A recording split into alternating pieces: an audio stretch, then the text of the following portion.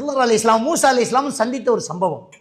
ரெண்டு பேருமே சந்திச்சு ஒரு பயணம் போறாங்க. கப்பலில் போகும்போது கப்பலுக்கு ஓட்டையை போடுறாரு ஹிலர் அலைஹிஸ்ஸலாம். மூசா நபி எப்பவுமே அநியாயத்தை தட்டி கேட்கிறாரு. எதுக்கு ஓட்டையை போறீங்க? அநியாயமா போச்சு, இந்த வாரவெல்லாம் செத்து மூழ்கி போறாங்களே, எதுக்கு ஓட்டையை போட்டீங்கன்னு கேட்கறாங்க. ஆனா ஹிலர் அலைஹிஸ்ஸலாத்து வஸலாம் அவங்க என்ன சொல்றாங்க தெரியுமா? அல்லாஹ் நம்மளை அனுப்பினதே அந்த ஓட்டையை போடுறது தான். அல்லாஹ்வுடைய நாட்டத்தில் இல்லாம நம்ம இதை ஒன்றையும் செய்யல. உரீது ஒன்று ஐபஹா, கப்பலை காப்பாத்துறது தான் ஓட்டையை போட்டேன்றாங்க. என்ன கப்பலை காப்பாத்துறதுக்கு ஓட்டையை போட்டீங்களா? சொல்லாது மிம்பராயி மலிக்குன் யௌஹுதுக்குள்ள சஃபினத்தின் கசபா. நாளைக்கு ஒரு மன்னன் படையெடுத்து வந்துகிட்டு இருக்கிறான், அந்த துறைமுகத்தில் இருக்கிற கப்பலை எல்லாம் கொள்ளையடிக்கிறதுக்கு. இந்த கப்பல் ஓட்டையா இருந்தா தான் விட்டுட்டு போவான், நல்லா இருந்தா எடுத்துட்டு போயிடுவான். ஒரு டெமேஜ் கூட, ஒரு பிரச்சனை கூட, ஒரு கஷ்டம் கூட ஒரு நலவுக்காக இருக்கிறதுங்கிறத சூரத்துல் கஹ்ஃப் 65வது வசனம் நமக்கு தெளிவா சொல்லி காட்டு. 2வது அத்தியாயத்தினுடைய 216வது வசனம், ஒரு கஷ்டம் கூட நலவுக்கு, ஒரு நல்லவென்று நீங்க நினைக்கிறது கூட ஒரு கஷ்டத்துக்கு. அதனால் அல்லாஹ் சிலதை தருவான், சிலதை எடுக்கிறான். அல்லாஹ் அறிந்தவன், நீங்கள் அறிந்தவர்கள் இல்லைங்கிறத அல்லாஹ் தஆலா சொல்லி காட்டுறான். இப்ப கோபத்தை கண்ட்ரோல் பண்றதுக்கு அழகான ஒரு வழிமுறை இஸ்லாமிய மார்க்கம் சொல்லி தருது. இப்ப முத்தகீனாக ஆகணும் என்றால் ஈமான்ல உறுதி இருந்தால், அந்த ஈமானுடைய உறுதி கோபத்தை கண்ட்ரோல் பண்றதுக்கு அல்லாஹ்வுடைய கலாக்கதரை ஏற்றுக்கொள்ள வைக்குது. அந்த பயிற்சி இந்த நோன்பு தந்துகிட்டு இருக்குது. சுப்ஹானல்லாஹ். இந்த நோன்பு கோபத்தை கண்ட்ரோல் பண்றதுக்கு பயிற்சி தருது. என்ன நடந்தாலும் நம்ம நோம்பாளி அப்படிங்கிற ஒன்று வந்து நிக்குது. அல்லாஹ் பார்த்துட்டீங்க, அல்லாஹ் போதுமானவன், அல்லாஹ்வுடைய ஏற்பாடு, விடு, திட்டினா திட்டிட்டு போகட்டும், நம்ம நோன்பு அல்லாஹ்வுடைய பாதுகாப்புல இருக்கிறோம், அல்லாஹ் பார்த்துட்டு இருக்கிறான், வேணாம் வேணாம் என்று நம்ம கண்ட்ரோல் பண்றோமே, இது வாழ்க்கை முழுவதும் இருந்தால் அவன் தான் முத்தகீன். அப்ப சொர்க்கம் வைத்திடலாம். எவ்வளவு அழகான ஒரு வழியை இந்த இஸ்லாமிய மார்க்கம் நமக்கு சொல்லி தருவாங்க. இந்த நோன்பு எப்படியெல்லாம் பயிற்சி தருது பாருங்க. இப்ப நோன்பு ரமலானே வாழ்வாக மாறுவது எப்படி என்றால் இப்படிதாங்க. அல்லாஹ் தஆலா ரொம்ப சிம்பிளா சொல்லித்தரான் பாருங்க. கோபத்தை கண்ட்ரோல் பண்ணு, கோபத்தை அடக்கு. அந்த கோபத்தை அடக்கிறது ஒரு முக்கியமான ஒரு விஷயமாக அல்லாஹ் தஆலா இங்க சொல்லி காட்டுறான் பாருங்க. அப்போ கோபத்தை அடக்கிறதுக்கு முதல்ல நம்ம கலாக்கதிரை நம்பணும். நடப்பது ஏதோ நலவுக்குன்றதை ஏற்றுக்கொள்ளணும். இதுக்கெல்லாம் மறுமையில கூலி இருக்குங்கிறத நம்பணும். நபிகள் நாயகம் ஸல்லல்லாஹு அலைஹி வஸல்லம் அவர்கள் சொன்னார்கள். முஸ்லிம் கிரந்தத்தில் பதிவாயிருக்கக்கூடிய ஹதீஸ், அபூ ஹுரைரா ரலியல்லாஹு தஆலா அவர்கள் அறிவிக்கிறார்கள், ஒரு மனிதனுக்கு ஏற்படக்கூடிய கஷ்டம், நோய், துன்பம், வலா ஹம்மின் வலா ஹுஸ்னின் வலா அதா ஹத்தா ஷௌகத்தன் யுஷாகுஹா இல்லா கஃபரல்லாஹு ஹத்தாயா. அவனுக்கு ஏற்படக்கூடிய நோவு, கஷ்டம், கவலை, ஹம்னா மன அழுத்தம், ஹுஸ்ன் கவலை, வலாதா நோவு, ஹத்தா ஷௌகத்தன் யுஷாகுஹா ஒரு முள்ளு தச்சாலும் இல்லா கஃபரல்லாஹு ஹத்தாயா அவருடைய பாவம் அதனால அழியுது. இன்னொரு ஆயத்துல அவருக்கு ஒரு நன்மை எழுதப்படுது. நம்ம கஷ்டம் இருந்தால் கூட பாவம் அழியுதுன்னு போயிட்டே இருக்க வேண்டியது. வாழ்க்கையில் நமக்கு கோபம் வராது, வாழ்க்கையில் நமக்கு பிரச்சனை வராது. நம்ம மனசு நோக பேசிட்டேன்னா கோபம் வராது. ஏன் பேசு, என் பாவம் அழியுது. திட்டுயா, திட்டு, என் பாவம் அழியுது, உன் நன்மை எழுதப்படுது. இப்போ எதுக்கு கோபம் வரும்? எதுக்கு கோபம் வரணும்? சமாளிச்சுக்கிட்டே போகலாம். அவ்வளவு அழகாக அந்த கோபத்தை அடக்கிற ஒரு வழிமுறையை சொல்லி காட்டுறது இஸ்லாம். இன்னும் மேலாக இந்த கோபத்தை அடக்கிறதுக்கு ஒரு வழியை அல்லாஹ் தஆலா 4வது அத்தியாயத்தினுடைய 153வது வசனத்தில் சொல்லி காட்டுறான் பாருங்க. சூரத்து நிசா 153வது வசனம்.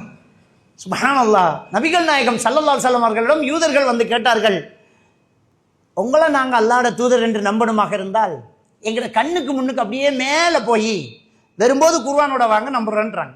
நபிகள் நாயகம் ஸல்லல்லாஹு அலைஹி வஸல்லம் அவர்கள் வேதனைப்பட்டார்கள், மனசுடைந்து போனார்கள், அவர்களால் தாங்க முடியவில்லை. அல்லாஹ் இந்த அத்தியாயத்தினுடைய 4வது அத்தியாயத்தின் 153வது வசனத்தை அப்ப இறக்குறான்.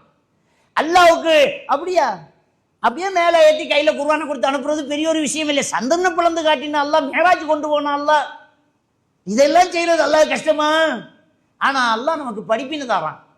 வேதனைப்படும் போது எப்படி ஆத்திக்கிறது, கோபம் பெறும்போது எப்படி கண்ட்ரோல் பண்றது, மனசில் உள்ள கவலை எப்படி இல்லாம போறது, அதுக்கு அல்லாஹ்வுடைய தூதருக்கு அல்லாஹ் வழி காட்டுறான். அதுதான் அந்த 153வது வசனம். அல்லாஹ் சொன்னான், நபியே உம்முடைய மேலிருந்து குர்ஆன் கொண்டு வந்து காட்டத்தான் சொன்னார்கள். ஃபக்கத் ஸஅல மூஸா அக்பர மின் தாலிக். மூஸா நபி கிட்ட இதை விட பெருசா கேட்டானுகள் முஹம்மதே. ஃபகாலு அரினல்லாஹ ஜஹ்ரத்தன்.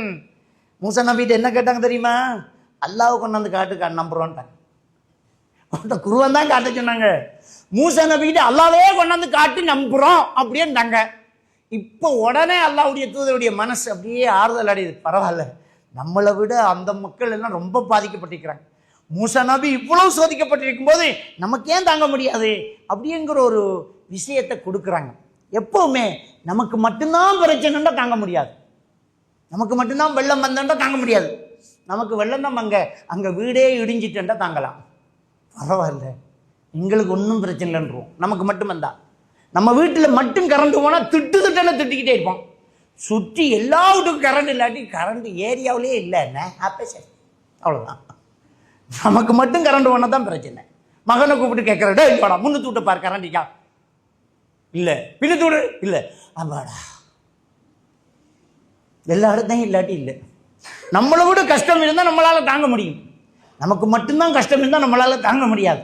அப்போ எப்படி ஒரு மனவேதனையை தாங்கிறதுக்கு அல்லாஹ் கொடுக்குற விஷயம் தெரியுமா? உன்னை விடவும் பிரச்சனை நிறைய பேருக்கு இருக்குதுங்கிறத திரும்பிப்பார், உன்னால் வாழ முடியும். உனக்கு காலே இல்லாமல் போனாலும் வாழலாம். ஈமான் இல்லாதவன்லாம் இருக்கும்போது நம்ம ஏன் வாழ முடியாதுன்னு நீ நினைப்பேன். அதான் நான் உலகத்திலேயே உயர்ந்தது. நமக்கு கால் இல்லை, கண் இல்லை, வாழ்க்கை இல்லை, வீடு இல்லை, வசதி இல்லை, வாழ்க்கையில் ஒன்றுமே இல்லை, வாழவும் முடியல, சாகவும் முடியல, இவ்வளவு நோயாளியா போயிட்டோமே, அப்படியே நடுத்தருவில் நிற்கிறோமே அப்படியே நீ கவலைப்படுறிய.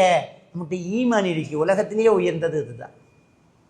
சூரத்துல் மாயிதா 36வது வசனத்தில் அல்லாஹ் தஆலா சொல்லி காட்டுறானே, இன்னல்லதீன கஃபரு லவ் அன்ன லஹும் மா ஃபில் அர்தி ஜமீஆ வ மிஸ்லுஹு மஅஹு லியஃப்தது பிஹி மின் அஸாபி யௌமில் கியாமா.